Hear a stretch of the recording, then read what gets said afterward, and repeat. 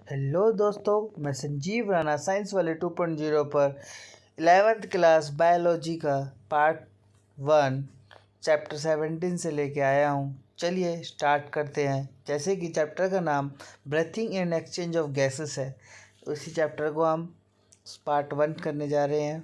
तो ज़्यादा बड़ा इस पार्ट में नहीं लेंगे, ठीक है। ज़्यादा बड़ा लेक्चर नहीं लेंगे, ठीक है। चलिएगा स्टार्ट करते हैं। Respiration is the oxidation of nutrients in the living cells to release energy for biological work. Breathing देखते हैं। Breathing is the exchange of O2. O2 means oxygen from the atmosphere with CO2 produced by the cell. ठीक है। अब आता है respiratory organs.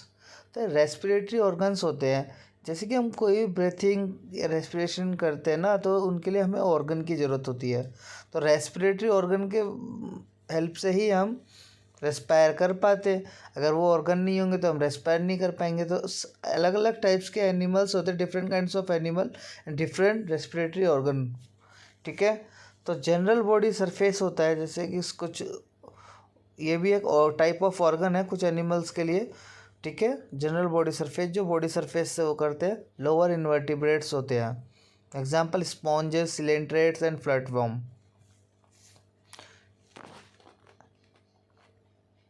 Skin भी है respiratory organ, moist cuticle बोलते हैं इसको, क्यूटेनियस रेस्पिरेशन होता है। अर्थवर्म एग्जांपल है इसका, लीच है, एम्फीबियन है, ठीक है। अर्थवर्म को हम बोलते हैं क्या है, हाँ बिल्कुल सही, अर्थवर्म को हम क्या बोलते हैं, केचुआ। और लीच को हम क्या बोलते हैं, जोक। और एम्फीबियन में फ्रॉग आ जाते हैं, ठीक है। ट्रैकियल ट्यूब, ठीक है। ट्रैकिया जो आपके अंदर है वो नहीं, ट्रैकियल ट्यूब होता है रेस्पिरेटरी ऑर्गन, ये लोअर इन्वर्टिब्रेट्स के लिए, ठीक है। Insect, centipedes, millipedes, spider, A to Z चीज़ आपको इधर दिखाया गया है। तो ये इसके एग्जाम्पल है ट्रैकियल ट्यूब के। अब आते हैं गिल्स पे।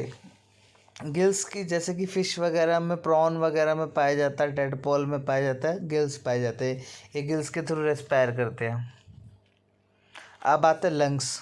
रेस्पिरेटरी ऑर्गन है तो लंग्स तो जानते ही हो गए, जिसको हम हिंदी में फुसफुस भी बोलते हैं, फेफड़े भी बोलते हैं, ठीक है। तो लंग्स पल्मोनरी रेस्पिरेशन होता है। एग्जाम्पल है most of the vertebrates, most vertebrates में पाया जाता है। अब आते हैं human respiratory system. Human respiratory system 2 types का होता है, एयर ट्रैक्ट और पेयर्ड लंग्स, ठीक है। चलिएगा, नसल cavity, nostril, oral cavity, लैरिंग्स, right main,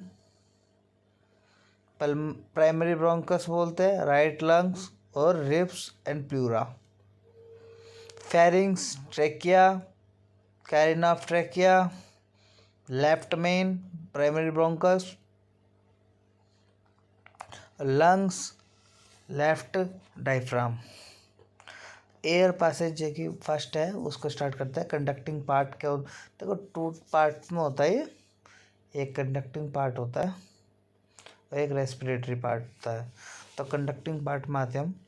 it transport atmospheric air into the alveoli. It clear air from foreign particles. It humidifies and bring the air to body temperature, ठीक है। देखिएगा आप, जैसे कि डायग्राम को अच्छे से अगर नोटिस कर रहे होगे तो आपको एक कंडक्टिंग जोन दिख रहा है, एक रेस्पिरेटरी जोन दिख रहा है। ये अल्वोइली वाला पार्ट है जो रेस्पिरेटरी जोन है, ये कंडक्टिंग पार्ट है जो बाहर से आपको दिख रहा है लंग्स है, ठीक है। ये भी लंग्स का है, रेस्पिरेटरी जोन जो है ये भी लंग्स का ही पार्ट है। तो देखिए कैसे कैसे एक ये ऑर्डर के बिहाफ पे एक ऑर्डर चल रहा है। देखिएगा, एक्सटर्नल नॉस्ट्रिल, जैसे कि जो आपके नाक नोज होती है उसके आउटर पोर जो दिखते हैं उसको एक्सटर्नल नॉस्ट्रिल बोलते हैं।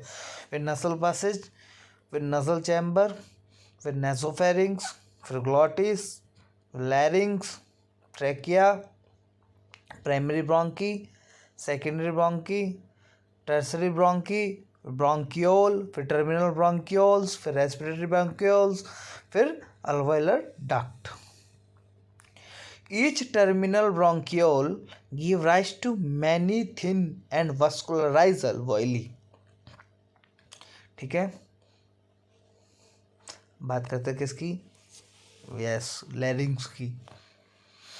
लैरिंग्स को हम जनरली नॉर्मल नाम जो उसको लैरिंग्स को जानते हैं हम साउंड बॉक्स के नाम से जानते हैं एंड वॉइस बॉक्स के नाम से. लैरिंग्स है is cartilaginous box which help in sound production. ठीक है, आप जो भी चीज़ बोल पाते हो लैरिंग्स की वजह से ही है. During swallowing glottis is closed by epiglottis.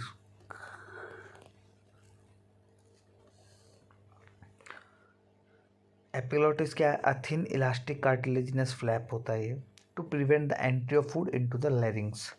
Trachea. All bronchi and initial bronchiole are supported by complete cartilaginous half ring. Vocal cord in action. बात करते हैं हम लंग्स की. Lungs are situated in thoracic. ठीक है, लंग्स के बारे में हम पढ़ रहे थे. Lungs are situated in thoracic chamber and rest on diaphragm. Right lungs has 3 lobes. Left lungs has 2 lobes. Each lung is covered by double layer pleural. ठीक है, double layered pleura, other parietal pleura and outer parietal pleura and inner visceral pleura. 2 parts में होता है, double layer है ना, इसीलिए. तो the pleural fluid, और इन दोनों लेयर के बीच में एक फ्लूइड होता है that's called pleural fluid. Present between these 2 layer lubricates the surface of the lungs and prevent friction between the membrane. ठीक है, ये देखिएगा, आपको एक एक चीज डायग्राम में दिख रही होगी. ब्रोंकियोल को देखो, अल्वेओली को देखो, आपको एक एक कैपिलरी बर्ड्स दिख रहे होंगे, कनेक्टिव टिश्यू दिख रहे होंगे, अल्वेओलर सैक दिख रहे हैं, अल्वेओलर डक्ट दिख रहे हैं, म्यूकस ग्लैंड दिख रहे हैं, म्यूकस लाइनिंग दिख रही है, पल्मोनरी वेन्स दिख रही है, पल्मोनरी आर्टरी दिख रही है, आपको सब कुछ दिख रहा होगा. लंग्स जो होते हैं ये ब्रोंकी, ब्रोंकियोल एंड अल्वेओली को तीनों को ऐड अप करते हैं तो हमें एक लंग्स मिलता है. Alveoli and their duct are rest. ठीक है, alveoli and their duct form respiratory और exchange part of respiratory system. Alveoli are the structural and functional unit of the lungs. अब आते हैं स्टेप्स ऑफ रेस्पिरेशन के कुछ स्टेप्स है. First, pulmonary ventilation that is called breathing. Gas exchange between lungs, alveoli and blood. Gas transport, O2 transport and CO2 transport. फिर gas exchange between blood and tissue. ठीक है, gas पहले अल्वेओली से blood में जाएगी, फिर ब्लड से जाएगी टिश्यू के अंदर, एंड सेलुलर और टिश्यू रेस्पिरेशन. ठीक है, फिर आता है mechanism of breathing. Mechanism of breathing को हम देखते हैं. ब्रीथिंग 2 टाइप्स के पढ़ने हैं, इंस्पिरेशन एंड एक्सपिरेशन. इंस्पिरेशन के अंदर हमें थोड़ी एनर्जी लगानी पड़ती है, सांस लेते हैं जैसे. ठीक है, जैसे आप इनहेल करो, active intake of air from atmosphere into lungs. Expiration के अंदर क्या होता है, passive expelling of air from the lungs. तो एक्टिव इनटेक और पैसिव एक्सपेलिंग में क्या डिफरेंस है? एक्टिव इनटेक के अंदर हमें एनर्जी लगानी पड़ती है और पैसिव एक्सपेलिंग के अंदर हमें एनर्जी नहीं लगानी पड़ेगी. ठीक है, अब आते हैं इंस्पिरेशन. फर्स्ट पढ़ते हैं. इंस्पिरेशन में क्या होता है, डायफ्राम कॉन्ट्रैक्ट होते हैं, वर्टिकल वॉल्यूम जो होता है vertical volume like antero posterior axis increase कर जाता है and external intercostal muscle contract करती है। Ribs and sternum lift up, ठीक है। जैसे कि आप ब्रेथ इन करोगे तो आपको फील होगा कि रिब केज और स्टर्नम जो ऊपर की तरफ आती है, ठीक है, एक्सपेल करती है, तो वॉल्यूम इन डोर्सो वेंट्रल एक्सिस इंक्रीज करेगा। तो ये दोनों चीज़ होगी तो थोरेसिक वॉल्यूम इंक्रीज कर रहा है एंड थोरेसिक प्रेशर डिक्रीज करेगा। ऑब्वियसली जैसे वॉल्यूम इंक्रीज करेगा तो एरिया बढ़ जाएगा, उसके कारण क्या होगा, प्रेशर होगा जो वो कम हो जाएगा, thoracic pressure decreases. lungs expand and pulmonary volume increases and intrapulmonary pressure decreases, air move from outside into the lungs, ठीक है, लंग्स में एयर आएगी बाहर से। एक्सपीरेशन में intercostal muscle and diaphragm relax हो जाएगा and thoracic regain its original position and thoracic volume decreases and pulmonary volume decreases, air move out. During forceful expiration, abdominal muscle and internal intercostal muscle contract कर जाएगा, ठीक है। देखिएगा आप diagram properly देख सकते हो। अब आते हैं हम respiratory volume and respiratory capacities पे। तो tidal volume, inspiratory reserve volume, expiratory reserve volume, residual volume, inspiratory capacity and expiratory capacity, functional residual capacity, vital capacity and total lung capacity. तो हमें ये वॉल्यूम्स अलग पढ़ने हैं, कैपेसिटीज़ अलग पढ़नी है। तो हम फर्स्ट वॉल्यूम को पढ़ने जा रहे हैं, टाइडल वॉल्यूम। तो टाइडल वॉल्यूम में क्या होता है, वॉल्यूम ऑफ एयर इंस्पायर और एक्सपायर ड्यूरिंग नॉर्मल रेस्पिरेशन, ठीक है। It is about 500 ml, that is 6000 से 8000 ml पर मिनट होगा। अब आता है IRV, इंस्पिरेटरी रिजर्व वॉल्यूम में, additional volume of air that can inspire by forceful inspiration, वो कितना 2500 से 3000 ml। अब आते हैं ERV पे, एक्सपिरेटरी रिजर्व वॉल्यूम। सिंपल सा, जैसे आपने इंस्पिरेटरी पढ़ा वैसे एक्सपिरेटरी पढ़ोगे। Additional volume of air that can expire by a forceful expiration, ये कितनी रेंज है इसकी, 1000 से 1100 ml, ठीक है। अब आते हैं हम रेसिडुअल वॉल्यूम। रेसिडुअल वॉल्यूम है the volume of air remaining in the lungs after a forceful expiration के बाद जो वॉल्यूम बचेगा वो, इसकी रेंज कितनी, 1100 से 1200 ml, ठीक है। तो हमने ये वॉल्यूम्स पढ़ लिए। अब हम आते हैं कैपेसिटीज़ पे। Inspiratory capacities, total volume of air inspired after a normal expiration, तो इससे हम बोलते हैं tidal volume plus inspiratory reserve volume. इसकी रेंज होती है 3000 से 3500 ml।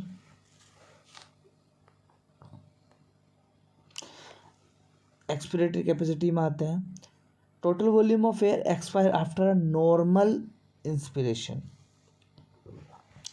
ठीक है। टीवी प्लस ERV, इसकी रेंज होती है 1500 से 1600 ml। अब आता है forceful residual capacity, volume of air remaining in the lungs after a normal expiration, ERV plus RV, 2100 से 2300 ml। अब आते हैं vital capacity, volume of air that can breathe in after a forced expiration और volume of air that can breathe out after a forced inspiration, ठीक है। ERV TV plus IRV, इसकी range है 3500 से 4500 ml। Total lung capacity, total volume of air in the lungs after a maximum inspiration, तो हम इसको देख सकते हैं हम RV, residual volume plus expiratory reserve volume plus total volume plus inspiratory reserve volume. हम इसको VC प्लस RV भी लिख सकते हैं, तो इसकी 5000 से 6000 ml रेंज होगी, ठीक है। रेस्पिरेटरी वॉल्यूम एंड कैपेसिटीज़ तो हम पढ़ ही रहे हैं, तो उसमें हम पढ़ते हैं part of respiratory tract. Respiratory tract का जो पार्ट है, ठीक है, वो from nostril to terminal bronchi not involve in gaseous exchange, ठीक है, उसको हम बोलते हैं dead space. Dead air volume is about 150 ml। Respiratory cycle होती है an inspiration and an expiration. Normal respiratory rate जो होता है 12 से 16 टाइम्स पर मिनट होता है। स्पायरोमीटर एंड रेस्पायरोमीटर वो मेजर द रेस्पिरेटरी रेट, ठीक है। ऐसे हॉस्पिटल्स में आपने देखे होंगे ऐसे टूल्स होते हैं, इनको हम स्पायरोमीटर बोलते हैं। तो आज की सभा हम यहीं पे ही ओवर करेंगे, ठीक है। तो आपने ये लेक्चर पूरा से पूरे वीडियोस देखनी है और मेरे चैनल को साइंस वाले 2.0 को अच्छे से सपोर्ट करना है। और आपको ऐसी वीडियो और भी मिलती रहेंगी, आपको प्रॉपर सपोर्ट करना है। और मैं ऐसे ही आपके लिए वीडियो बनाता रहूँगा, और भी अच्छी अच्छी वीडियो आएंगी, उनके शॉर्ट्स भी आएंगे। तो प्रॉपर आप वीडियो को देखिएगा, पूरी वीडियो देखिए, उसको शेयर करना ना भूलें। Thank you.